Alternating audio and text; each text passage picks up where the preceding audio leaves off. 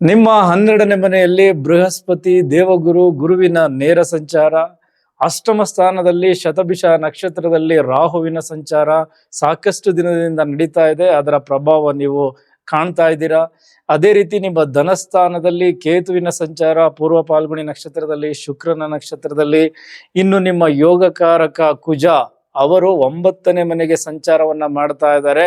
ಇದೇ ಏಪ್ರಿಲ್ 3ನೇ ತಾರೀಕು. ನಿಮ್ಮ 9ನೇ ಮನೆಯಲ್ಲಿ ಶನಿ ಮಹಾತ್ಮರು ಅಲ್ಲೇ ಇದ್ದಾರೆ. ಬುಧನ ಸಂಚಾರ 11ನೇ ತಾರೀಕು ಆಗುತ್ತೆ. ಬುಧನಿಗೆ ಅದು ನೀಚ ಸ್ಥಾನ. ಇನ್ನು ಸೂರ್ಯ 15 ದಿನ ಅಲ್ಲಿರ್ತಾರೆ. 15 ದಿನ ಆದ ಮೇಲೆ ನಿಮ್ಮ ಕರ್ಮಸ್ಥಾನಕ್ಕೆ ಬರ್ತಾರೆ, ಅದು ಅವರಿಗೆ ಉಚ್ಚ ಸ್ಥಾನ. ಇನ್ನು ಶುಕ್ರ ಮೇಷರಾಶಿಯಿಂದ ಮತ್ತು ನಿಮ್ಮ ಲಾಭ ಸ್ಥಾನಕ್ಕೆ ಬರ್ತಾರೆ, ಅದು ಅವರಿಗೆ ಸ್ವಂತ ಮನೆ. ಸೊ ನಿಮ್ಮ 4ನೇ ಮನೆ ಅಧಿಪತಿ ಮತ್ತು 11ನೇ ಮನೆ ಅಧಿಪತಿ 20ನೇ ತಾರೀಕು ನಂತರ ವೃಷಭ ರಾಶಿಗೆ ಬರ್ತಾರೆ. ಸೊ ಓವರಾಲ್ ಗ್ರಹಗಳು ಒಳ್ಳೊಳ್ಳೆ ಪ್ಲೇಸ್ಮೆಂಟ್ ಅಲ್ಲಿ ಇದೆ. ಆದರೆ ಫಲಗಳು ಕೂಡ ಅದೇ ರೀತಿ ಒಳ್ಳೆ ರೀತಿಯಲ್ಲಿ ಇರ್ತಾವ. ಎಲ್ಲಾ ವಿಭಾಗದಲ್ಲೂ ನೋಡೋಣ. ಮೊದಲನೇದಾಗಿ ನಾನು ಎಲ್ಲಾ ಕ್ಷೇತ್ರಗಳಿಗೂ ಅನ್ವಯಿಸುವಂತೆ ಹೇಳ್ಬಿಡ್ತೀನಿ. ಸೊ ಎಲ್ಲರೂ ಅದನ್ನ ಒಟ್ಟಾಗೆ ತೆಗೆದುಕೊಳ್ಳಿ. ಕರ್ಕಾಟಕ ಲಗ್ನ, ಕರ್ಕಾಟಕ ರಾಶಿಯವರಿಗೆ ಏಪ್ರಿಲ್ ತಿಂಗಳಲ್ಲಿ ಗ್ರಹಗಳ ಪ್ಲೇಸ್ಮೆಂಟ್ ಒಂದ್ ರೀತಿ ತುಂಬಾ ಚೆನ್ನಾಗಿ ಕಾಣಿಸ್ತಾ ಇದೆ. ಅಷ್ಟಮ ಸ್ಥಾನದ ರಾಹು ಒಂದಷ್ಟು ವಿಚಾರಗಳಲ್ಲಿ ನಿಮ್ಗೆ ತೊಂದರೆಗಳನ್ನ ತಂದು ಕೊಟ್ಟರು. ಅವರೂ ಕೂಡ ಸಾಕಷ್ಟು ನಿಮ್ಗೆ ಲಾಭಗಳನ್ನ ಮಾಡಿಕೊಡ್ತಾರೆ. ಯಾವಾಗ ಅಷ್ಟಮ ಸ್ಥಾನದಲ್ಲಿ ರಾಹು ಕೂತ್ಕೊಳ್ತಾರೋ ಆಗಲೇ ನಿಮ್ಗೆ ಈ ಪಿತ್ರಾರ್ಜಿತ ಆಸ್ತಿ ಸಿಗುವಂತಹ ಅವಕಾಶಗಳು ಹೆಚ್ಚಾಗಿ ಕ್ರಿಯೇಟ್ ಆಗಿರ್ತವೆ. ಏಪ್ರಿಲ್ ತಿಂಗಳಲ್ಲಿ ಮತ್ತಷ್ಟು ಅವಕಾಶಗಳು ಅದಕ್ಕೋಸ್ಕರ ಬರಬಹುದು. ಎಸ್, ಆ ಮೂಲಕ ನಿಮಗೆ ಒಂದಷ್ಟು ಹಣ ಬಂದು ಸೇರುತ್ತೆ. ಅದೇ ರೀತಿ ಈ ಜ್ಯೋತಿಷ್ಯ, ವಾಸ್ತು, ಈ ಸೈಕಾಲಜಿ, ಡೇಟಾ ಸೈನ್ಸ್ ಈ ತರದ್ರಲ್ಲಿ ಯಾರ್ಯಾರು ಇನ್ವಾಲ್ವ್ ಆಗಿದ್ದೀರಾ ನಿಮ್ಗೆಲ್ಲ ಹಣ ಗಳಿಕೆ ಚೆನ್ನಾಗಿರುತ್ತೆ. ವೈದ್ಯಕೀಯ ಕ್ಷೇತ್ರ, ರೇಖಿ, ಆಯುರ್ವೇದ ಇಲ್ಲೂ ಕೂಡ ಹಣ ಗಳಿಕೆ ತುಂಬಾ ಚೆನ್ನಾಗಿರುತ್ತೆ. ಇನ್ನು ನಿಮ್ಮ 10ನೇ ಮನೆಗೆ ಶುಕ್ರನ ಸಂಚಾರ ಆಗ್ತಾ ಇರೋದ್ರಿಂದ ಡೆಫಿನೆಟ್ಲಿ ಈ ಕ್ರಿಯೇಟಿವ್ ಫೀಲ್ಡ್ ಅಲ್ಲಿ ಇರೋರೆಲ್ಲರಿಗೂ ತುಂಬಾ ಒಳ್ಳೆಯ ಆದಾಯ ಚೆನ್ನಾಗಿರುತ್ತೆ. ಅದು ಮೀಡಿಯಾ, ಸಿನಿಮಾ ಎಲ್ಲರಿಗೂ ಕೂಡ. ಇನ್ನು ನಿಮ್ಮ ಮನೆಯಲ್ಲಿ ಹಲವಾರು ಬದಲಾವಣೆಗಳಾಗತ್ತೆ. ನಿಮ್ಮಲ್ಲೂ ಕೂಡ ಹಲವಾರು ಬದಲಾವಣೆಗಳಾಗತ್ತೆ. ಮನೆಯ ಇಂಟೀರಿಯರ್ ಅನ್ನ ಚೇಂಜ್ ಮಾಡಬಹುದು. ಹೊಸ ಸ್ನೇಹಿತೆ ಸಿಗ್ತಾರೆ, ಅವರಿಂದ ನಿಮ್ಗೆ ಹೆಚ್ಚು ಲಾಭಗಳಾಗುತ್ತೆ. ಇದೆಲ್ಲ ಮುಖ್ಯವಾದ ಪಾಯಿಂಟ್ಸ್. ಈಗ ಮುಖ್ಯವಾಗಿ ಹಣಕಾಸಿನ ವಿಚಾರಕ್ಕೆ ಬರೋಣ. ಆಕ್ಚುಲಿ ನಿಮ್ಗೆ 12ನೇ ಮನೆಯಲ್ಲಿ ಗುರುವಿನ ನೇರ ಸಂಚಾರ ಶುರುವಾಯ್ತಲ್ಲ, ಅಲ್ಲಿಂದನೇ ನಿಮ್ಮ ಎಲ್ಲಾ ವ್ಯಯದ ಬಾಸ್ ಅವರೇ ಆಗಿದ್ದಾರೆ. ಸೊ ಹಾಗಾಗಿ ನೀವು ಒಳ್ಳೆಯ ವಿಚಾರಗಳಿಗೆ ಖರ್ಚು ಮಾಡಬೇಕು ಅನ್ನೋದು 12ನೇ ಮನೆಯಲ್ಲಿರುವ ಗುರುವಿನ ಒಂದು ವಿಚಾರ ಆಗಿರುತ್ತೆ. ಹಾಗಾಗಿ ಮನೆ ಕಟ್ಟೋದಿಕ್ಕೆ, ಆಸ್ತಿ ಖರೀದಿ ಮಾಡೋದಿಕ್ಕೆ, ಅಥವಾ ಈ ತೀರ್ಥಕ್ಷೇತ್ರಕ್ಕೆ ಹೋಗೋದಕ್ಕೆ, ಅಥವಾ ಯಾವ್ದಾದ್ರು ಆಧ್ಯಾತ್ಮ ಈ ತರದ ವಿಚಾರಗಳಿಗೆ ತುಂಬಾ ಹೆಚ್ಚು ಖರ್ಚುಗಳನ್ನ ಮಾಡುವಂತಹ ತಿಂಗಳು ಈ ಏಪ್ರಿಲ್ ತಿಂಗಳು. ನೀವು ಅದಕ್ಕೆ ಖರ್ಚು ಮಾಡಿದ್ರೆ ಇಲ್ಲ ಸಲ್ಲದ ವೇಸ್ಟ್ ಖರ್ಚುಗಳಿದೆಯಲ್ಲ, ಅದ್ಯಾವುದು ಆಗಲ್ಲ. ಇದು ವಿದೇಶವನ್ನ ತೋರಿಸುತ್ತೆ. ವಿದೇಶ ಮೂಲದಿಂದ ನಿಮಗೆ ಲಾಭ ಇದೆ. ಈ ವೀಸಾ ರಿಲೇಟೆಡ್ ಏನಾದ್ರೂ ಸಮಸ್ಯೆಗಳಿದ್ದರೆ ಡೆಫಿನೆಟ್ಲಿ ಏಪ್ರಿಲ್ ತಿಂಗಳಲ್ಲಿ ಎಲ್ಲವೂ ಸರಿ ಹೋಗುತ್ತೆ. ಅದೇ ರೀತಿ ಈ ಇಂಪೋರ್ಟ್ ಅಂಡ್ ಎಕ್ಸ್ಪೋರ್ಟ್ ಬಿಸ್ನೆಸ್ ಯಾರ್ಯಾರು ಮಾಡ್ತಾ ಇದ್ದೀರಾ, ಕರ್ಕಾಟಕ ಲಗ್ನ, ಕರ್ಕಾಟಕ ರಾಶಿಯವರು, ನಿಮಗೆ ಆದಾಯ ಹೆಚ್ಚುತ್ತೆ. ಇದರ ಜೊತೆಗೆ MNC ಕಂಪನಿಗಳಲ್ಲಿ ಕೆಲಸ ಮಾಡೋರಿಗೆ ಗುಡ್ ನ್ಯೂಸ್ ಸಿಗುತ್ತೆ. ನಿಮ್ಮ ಶತ್ರುಗಳ ದಮನ ಆಗುತ್ತೆ. ಸಾಲ ತೀರಿಸ್ಕೊಳ್ಳೋದಕ್ಕೆ ಅವಕಾಶಗಳು ಕ್ರಿಯೇಟ್ ಆಗುತ್ತೆ. ನಿಮ್ಮ ಆರೋಗ್ಯದಲ್ಲಿ ಚೇತರಿಕೆ ಕಾಣುತ್ತೆ. ಇದೆಲ್ಲ 12ನೇ ಮನೆಯಲ್ಲಿ ಗುರು ಸಂಚಾರ ಮಾಡ್ತಾ ಇರೋದ್ರಿಂದ ನಿಮಗೆ ಸಿಗ್ತಾ ಇರತಕ್ಕಂತಹ ಲಾಭಗಳು. ಒಂದು ವೇಳೆ ನಿಮಗೆ ಗುರು ಭುಕ್ತಿ ಇಲ್ಲ ಗುರು ದಶೆ ನಡೀತಾ ಇದ್ರೆ ಡೆಫಿನೆಟ್ಲಿ 12ನೇ ಮನೆಯಲ್ಲಿ ಗುರು ನೇರ ಸಂಚಾರವನ್ನು ಶುರು ಮಾಡೋದ್ರಿಂದ ಈ ಎಲ್ಲಾ ವಿಚಾರಗಳಲ್ಲೂ ಒಂದಷ್ಟು ಶುಭ ಸುದ್ದಿಗಳನ್ನ ಕೇಳ್ತೀರಾ.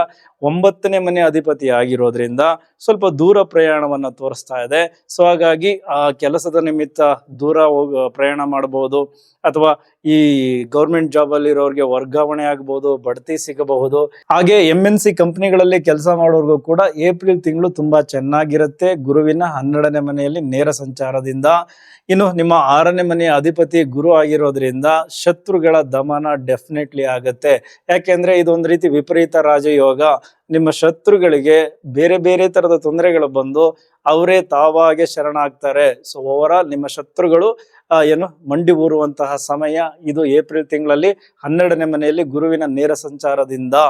ಅದರ ಜೊತೆಗೆ ಸಾಲ ತೀರಿಸ್ಕೊಳ್ಳೋದಕ್ಕೆ ಹಲವಾರು ಅವಕಾಶಗಳನ್ನ ಗುರುಗಳು ತಂದು ಕೊಡ್ತಾರೆ. ಸೊ ಡೆಫಿನೆಟ್ಲಿ ನೀವು ನಿಮ್ಮ ಹಳೆಯ ಸಾಲವನ್ನ ತೀರಿಸ್ಕೊಳ್ತೀರಾ.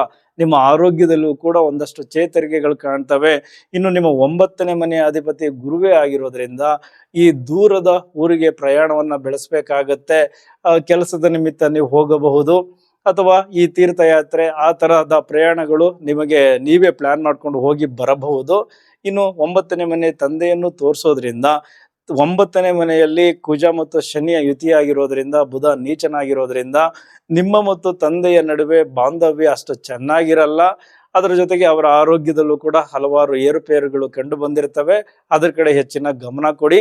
ಇದಿಷ್ಟು ಗುರು ನೇರ ಸಂಚಾರವನ್ನ ಮಾಡ್ತಾ ಇರೋದ್ರಿಂದ ಜನರಲ್ ಆಗಿ ಕರ್ಕಾಟಕ ರಾಶಿ, ಕರ್ಕಾಟಕ ಲಗ್ನದವ್ರಿಗೆ ಸಿಗ್ತಾ ಇರತಕ್ಕಂತಹ ಫಲಗಳು. ಇದು ಕಂಪ್ಲೀಟ್ ನಿಮ್ಗೆ ಜೂನ್ ವರ್ಗೂ ಇರುತ್ತೆ. ಜೂನ್ ನಂತರ ನಿಮ್ಮ ಲಗ್ನಕ್ಕೆ ಬರ್ತಾರಲ್ಲ, ಆಗ ಬೇರೆ ತರದ ಫಲಗಳು ಕ್ರಿಯೇಟ್ ಆಗ್ತವೆ. ಅದನ್ನ ಆಮೇಲೆ ಲೆಕ್ಕಾಚಾರ ಹಾಕೋಣ. ಇಲ್ಲಿ ನಿಮ್ಗೆ ಬ್ರೇಕ್ ಆಗ್ತಾ ಇರೋದು ನಿಮ್ಮ ವೇಗಕ್ಕೆ ಯಾರಪ್ಪ ಅಂದ್ರೆ, 3ನೇ ತಾರೀಕು ಏಪ್ರಿಲ್ 3ನೇ ತಾರೀಕು ಕುಜ ಕುಂಭರಾಶಿಯಿಂದ ಮೀನರಾಶಿಗೆ ಎಂಟ್ರಿಯನ್ನು ಕೊಡ್ತಾರೆ. ಅದು ನಿಮ್ಮ ಭಾಗ್ಯಸ್ಥಾನಕ್ಕೆ. ಕುಜ ನಿಮ್ಗೆ ಯೋಗಕಾರಕ, ಆದರೆ ಅಲ್ಲಿ ಶನಿ ಮಹಾತ್ಮರಿದ್ದಾರೆ. ಕುಜ ತುಂಬಾ ವೇಗವನ್ನ ತೋರಿಸ್ತಾರೆ, ಬಟ್ ಶನಿ ಮಹಾತ್ಮರು ನಿಧಾನ ನಿಧಾನ ಅಂತ ಇದ್ದಾರೆ. ಸೊ ಹಾಗಾಗಿ ನಿಮ್ಮ 5ನೇ ಮನೆಯ ಅಧಿಪತಿ ಜೊತೆಗೆ ನಿಮ್ಮ 10ನೇ ಮನೆಯ ಅಧಿಪತಿ 9ನೇ ಮನೆಗೆ ಬಂದಿದ್ದಾರೆ. ಕುಜ ನಿಮ್ಮ ಯೋಗಕಾರಕ. ಈ ಹೂಡಿಕೆಗಳಲ್ಲಿ ನೀವು ಶಾರ್ಟ್ ಟರ್ಮ್ ಇನ್ವೆಸ್ಟ್ಮೆಂಟ್ ಇಂದ ಹೆಚ್ಚಿನ ಲಾಭ ಪಡ್ಕೊಳ್ಬಹುದು ಅಂತ ನಿಮ್ಗೆ ರಾಹು ಸ್ವಲ್ಪ ಆ ತರದ ಆಸೆಗಳನ್ನ ಹುಟ್ಟಿಸಿದರು. ಇಲ್ಲಿ ಶನಿ ಮಹಾತ್ಮರು ಕುಜನ ಜೊತೆಗೆ ಯುತಿಯಾಗಿರೋದ್ರಿಂದ ನಿಮ್ಮ ಆ ಒಂದು ವಿಚಾರಕ್ಕೆ ಸ್ವಲ್ಪ ಬ್ರೇಕ್ ಆಗ್ತಾರೆ. ಸೊ ಶಾರ್ಟ್ ಟರ್ಮ್ ಇನ್ವೆಸ್ಟ್ಮೆಂಟ್ ಅಲ್ಲಿ ಜಾಸ್ತಿ ಲಾಭವನ್ನ ಕೊಡಲ್ಲ. ಲಾಂಗ್ ಟರ್ಮ್ ಇನ್ವೆಸ್ಟ್ಮೆಂಟ್ ಕಡೆ ಗಮನ ಕೊಡಿ. ಶುಕ್ರ 10ನೇ ಮನೆಗೆ ಬಂದಿರೋದ್ರಿಂದ ಈ ಗೋಲ್ಡ್ ಅಲ್ಲಿ ಇನ್ವೆಸ್ಟ್ಮೆಂಟ್ ಮಾಡಿ, ಡೆಫಿನೆಟ್ಲಿ ತುಂಬಾ ಚೆನ್ನಾಗಿರುತ್ತೆ, ಲಾಭ ಹೆಚ್ಚಾಗತ್ತೆ. ಅದೇ ರೀತಿ ಈ ಆರೋಗ್ಯದ ವಿಚಾರಕ್ಕೆ ಬಂದಾಗ ಅಷ್ಟಮ ಸ್ಥಾನದಲ್ಲಿ ರಾಹುವಿನ ಸಂಚಾರ ಆಗ್ತಾ ಇರೋದ್ರಿಂದ, ನಿಮ್ಮ ಲಗ್ನಾಧಿಪತಿ ಚಂದ್ರ ಆಗಿರೋದ್ರಿಂದ, ಮೊದಲನೇದಾಗಿ ನಿಮ್ಗೆ ಸ್ವಲ್ಪ ಓವರ್ ಥಿಂಕಿಂಗ್ ಜಾಸ್ತಿ ಇರುತ್ತೆ. ಕಾರಣಗಳಿಲ್ಲದೆ ಆತಂಕಕ್ಕೆ ಒಳಗಾಗ್ತೀರಾ. ಸಣ್ಣ ಸಣ್ಣ ಭಯಗಳು ನಿಮ್ಮನ್ನ ಆವರಿಸ್ತವೆ. ಇದರಿಂದ ಸ್ವಲ್ಪ ನಿಮ್ಮ ದೇಹ ಬಳಲುತ್ತೆ. ಸ್ವಲ್ಪ ನಿದ್ರಾಹೀನತೆ, ಬಾಡಿ ಹೀಟ್ ಜಾಸ್ತಿ ಆಗೋದು, ಕಾಲು ಕೈಗಳಲ್ಲಿ ಏಟ್ ಮಾಡ್ಕೊಳ್ಳೋದು, ಇದೆಲ್ಲವೂ ಜಾಸ್ತಿ ಆಗುತ್ತೆ. ಹಿರಿಯ ನಾಗರಿಕರು ಹೊರಗಡೆ ಓಡಾಡಬೇಕಾದ್ರೆ ಸ್ವಲ್ಪ ಹುಷಾರಾಗಿ ಓಡಾಡಿ. ಮನೇಲಿ ಓಡಾಡ್ಬೇಕಾದ್ರೂ ಕೂಡ ಸ್ವಲ್ಪ ಎಚ್ಚರಿಕೆಗಳನ್ನ ತೆಗೆದುಕೊಳ್ಳಿ. ಈಗ ನೀವು ರಾಜಕೀಯ ಕ್ಷೇತ್ರದಲ್ಲಿರಿ, ಸರ್ಕಾರಿ ಅಧಿಕಾರಿಗಳಾಗಿರಿ, ಪ್ರೈವೇಟ್ ಎಂಪ್ಲಾಯ್ಸ್ ಆಗಿರಿ, MNC ಕಂಪ್ನಿಗಳಲ್ಲಿ ಕೆಲಸ ಮಾಡ್ತಾ ಇರಿ, ಗಾರ್ಮೆಂಟ್ಸ್ ಅಲ್ಲಿ ಕೆಲಸ ಮಾಡ್ತಾ ಇರಿ, ಟೀಚರ್ಸ್ ಆಗಿರಿ, ಅಥವಾ ಪ್ರೊಫೆಸರ್, ಲೆಕ್ಚರ್ಸ್, ಗೌರ್ಮೆಂಟ್ ಟೀಚರ್ಸ್, ನೀವೆಲ್ಲರಿಗೂ ಈಗ ಒಳ್ಳೆಯ ಸಮಯ. ಪ್ರಮೋಷನ್ ಸಿಗುತ್ತೆ, ಬಡ್ತಿ ಸಿಗುತ್ತೆ, ಒಳ್ಳೆಯ ಸ್ಥಾನಮಾನ ಸಿಗುತ್ತೆ, ಹೆಚ್ಚು ಜವಾಬ್ದಾರಿಗಳು ಸಿಗ್ತವೆ. ನೀವೇ ಮುಂದೆ ನಿಂತು ಕ್ಯಾಪ್ಟನ್ಸಿ ತಗೊಂಡು ಲೀಡ್ ಮಾಡಬೇಕಾದಂತಹ ಸಿಚುವೇಶನ್ಸ್ಗಳು ಕೂಡ ಎದುರಾಗುತ್ತೆ ಈ ಗ್ರಹಗಳ ಕಾಂಬಿನೇಷನ್ ಇಂದ. ಮತ್ತೆ ಸರ್ಕಾರದಿಂದ ನೀವೇನಾದ್ರೂ ಬೆನಿಫಿಟ್ಸ್ ಅನ್ನ ಬಯಸ್ತಾ ಇದ್ರೆ, ಡೆಫಿನೆಟ್ಲಿ ಸರ್ಕಾರದಿಂದ ಬರಬೇಕಾದಂತಹ ಎಲ್ಲಾ ಲಾಭಗಳು ನಿಮಗೆ ಸಿಗುತ್ತೆ. ಅದು ನೀವು ಬಿಲ್ ಪೆಂಡಿಂಗ್ ಇದ್ರೆ ಬಿಲ್ ಪಾಸ್ ಆಗಬಹುದು, ಟೆಂಡರ್ಗೆ ಅಪ್ಲೈ ಮಾಡಿದ್ರೆ ನಿಮ್ಮ ಪರವಾಗಿ ಅದು ಸಿಗಬಹುದು. ಒಟ್ಟಾರೆ ಸರ್ಕಾರದಿಂದನೂ ಲಾಭ ಇದೆ. ನಿಮ್ಮ ಕಾರ್ಯಕ್ಷೇತ್ರಗಳಲ್ಲಿ ನಿಮ್ಮ ಜೊತೆಗೆ ಯಾರ್ಯಾರು ಕೆಲಸ ಮಾಡ್ತಾ ಇರ್ತಾರೆ ಅವರಿಂದನೂ ಕೂಡ ನಿಮಗೆ ಸಪೋರ್ಟ್ ಇದೆ. ನಿಮ್ಮ ಟೀಮ್ ಲೀಡರ್, ನಿಮ್ಮ ಮ್ಯಾನೇಜರ್, ನಿಮ್ಮ ಬಾಸ್ ಎಲ್ಲರೂ ಈಗ ನಿಮಗೆ ಸಪೋರ್ಟ್ ಮಾಡ್ತಾರೆ.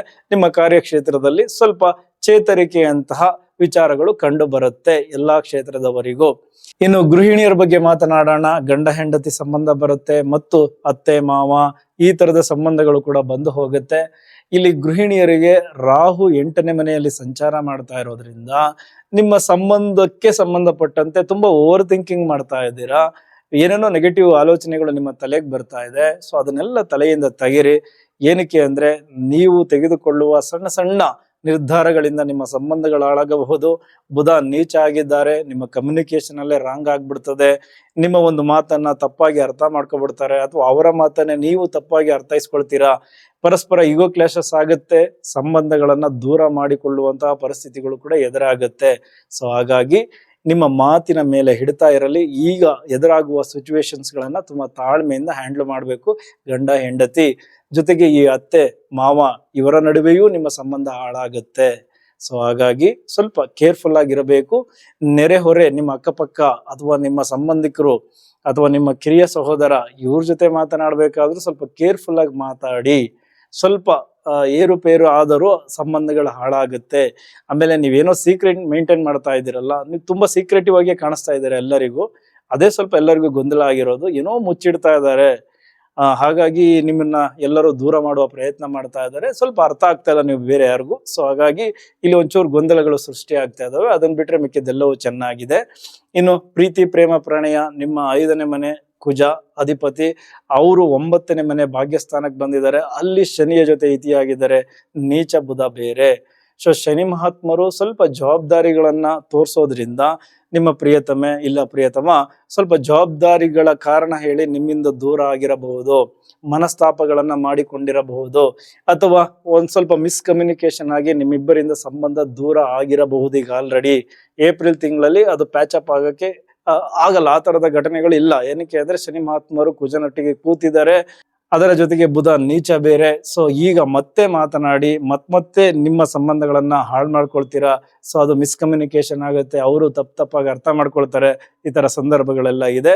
ಸೊ ಹಾಗಾಗಿ ಈ ಸಂಬಂಧಗಳು, ಪ್ರೀತಿ ಪ್ರೇಮ, ಗಂಡ ಹೆಂಡತಿ, ಅತ್ತೆ ಮಾವ, ಇಲ್ಲಿ ಸ್ವಲ್ಪ ಎಚ್ಚರಿಕೆಗಳನ್ನ ತೆಗೆದುಕೊಳ್ಳಲೇಬೇಕು.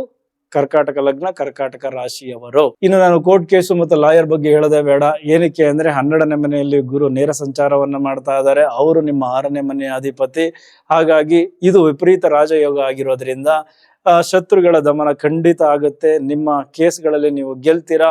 ಅವರೇ ಹಲವಾರು ಮಿಸ್ಟೇಕ್ಗಳನ್ನ ಮಾಡಿ ನಿಮ್ಮ ಕೇಸ್ ಗೆಲ್ಲುವ ಅವರೇ ಮಾಡಿ ಕೊಡುತ್ತಾರೆ. ಹಾಗಾಗಿ ಕೇಸ್ಗಳು ಗೆಲ್ತೀರಾ. ಲಾಯರ್ಸ್ಗೂ ಕೂಡ ಆದಾಯ ಜಾಸ್ತಿ ಆಗುತ್ತೆ.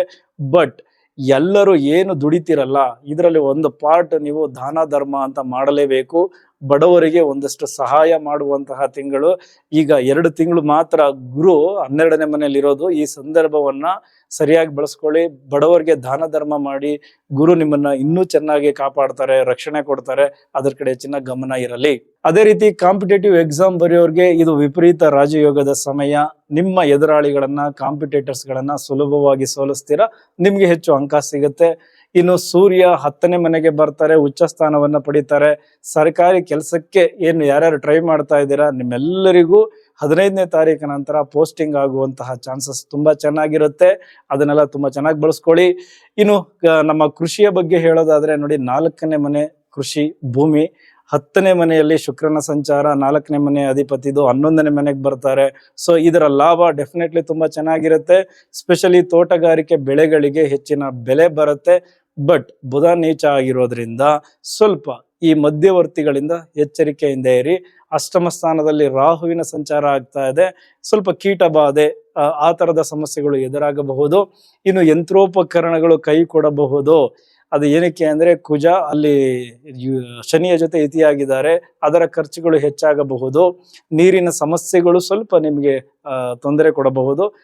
ಅದರ್ವೈಸ್ ನಿಮ್ಮ ಬೆಳೆಗಳಿಗೆ ಹೆಚ್ಚಿನ ಬೆಲೆ ಸಿಗುವಂತಹ ಕಾಲ. ಸ್ಪೆಷಲಿ ತೋಟಗಾರಿಕೆ ಬೆಳೆಗಳು ಅಥವಾ ಹಣ್ಣು, ತರಕಾರಿ, ಕಬ್ಬು, ತೆಂಗು, ಅಡಿಕೆ, ಈ ತರದ ಬೆಳೆಗಳಿಗೆಲ್ಲ ಹೆಚ್ಚು ಬೆಲೆ ಸಿಗುತ್ತೆ. ಸೊ ಓವರ್ ಆಲ್ ಕರ್ಕಾಟಕ ರಾಶಿ, ಕರ್ಕಾಟಕ ಲಗ್ನದವರಿಗೆ ಜನರಲ್ ಆಗಿ ನಾನು ಎಲ್ಲ ವಿಚಾರಗಳನ್ನ ತಿಳಿಸಿದ್ದೀನಿ. ಯಾಕೆಂದ್ರೆ ತುಂಬಾ ಚೆನ್ನಾಗಿದೆ. ಒಂದಷ್ಟು ಎಚ್ಚರಿಕೆಗಳನ್ನ ತೆಗೆದುಕೊಂಡ್ರೆ ಮಿಕ್ಕಿದ್ದೆಲ್ಲವನ್ನ ಬ್ಯಾಲೆನ್ಸ್ ಮಾಡಬಹುದು. ಬಟ್ ಗುರುವಿಗೋಸ್ಕರ ಸ್ವಲ್ಪ ದಾನ ಧರ್ಮದ ಕಡೆ ಗಮನ ಕೊಡಿ. ಅದೇ ರೀತಿ ವಿಷ್ಣು ಸಹಸ್ರನಾಮ ಈ ಬ್ರಾಹ್ಮಿ ಮುಹೂರ್ತದಲ್ಲಿ ಕೇಳೋದಕ್ಕೆ ಸಾಧ್ಯವಾದಷ್ಟು ಟ್ರೈ ಮಾಡಿ, ಅಥವಾ ಪಠನೆ ಮಾಡೋದಕ್ಕೆ ಟ್ರೈ ಮಾಡಿ. ಇದೆಲ್ಲವೂ ಗುರುವಿನ ಬಲವನ್ನ ಮತ್ತಷ್ಟು ಜಾಸ್ತಿ ಮಾಡುತ್ತೆ. ನಿಮಗೆ ಹೇಗಿದ್ರು ಲಗ್ನಕ್ಕೆ ಜೂನ್ ತಿಂಗಳು ಬರ್ತಾರೆ, ಆಗ ಬೇರೆ ಬೇರೆ ತರದ ಮನೋವೇದನೆಗಳು ಶುರುವಾಗುತ್ತೆ. ಬಟ್ ಈಗ ಸ್ವಲ್ಪ ರಿಲ್ಯಾಕ್ಸ್. ಎಲ್ಲದರಲ್ಲೂ ಗುರು ಸ್ವಲ್ಪ ಸಪೋರ್ಟ್ ಮಾಡ್ತಾರೆ. ಉಳಿದ ಗ್ರಹಗಳ ಸಪೋರ್ಟ್ ಕೂಡ ತುಂಬಾ ಚೆನ್ನಾಗಿದೆ. ಏಪ್ರಿಲ್ ತಿಂಗಳನ್ನ ತುಂಬಾ ಚೆನ್ನಾಗಿ ಬಳಸ್ಕೊಳ್ಳಿ. ಇಲ್ಲಿವರೆಗೂ ವಿಡಿಯೋ ನೋಡಿದ್ದಕ್ಕೆ ತುಂಬಾ ಧನ್ಯವಾದಗಳು. ಮುಂದಿನ ವಿಡಿಯೋದ ಮುಖಾಂತರ ಸಿಗೋಣ. Thank you.